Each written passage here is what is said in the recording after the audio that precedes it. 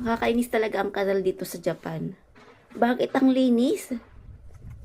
Walang basura. Char. Pero ang linis talaga ng kanal dito sa Japan. Nakakamangha sa linis. Ni wala kang man na makita na kahit kaunting basura maliban sa mga dahon.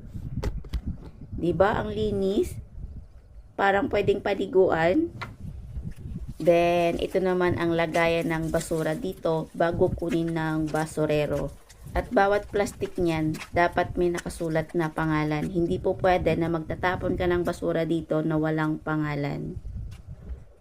So, nakakatuwa, diba? Napaka-organize. Basura na pero kailangan maayos pang pagkakatapon. Nakalagay po dyan, garbage collection point. Dito nakalagay kung kailan magtatapon ng basura. Ano yung dapat na itapon na basura ngayong araw na ito. Hindi pala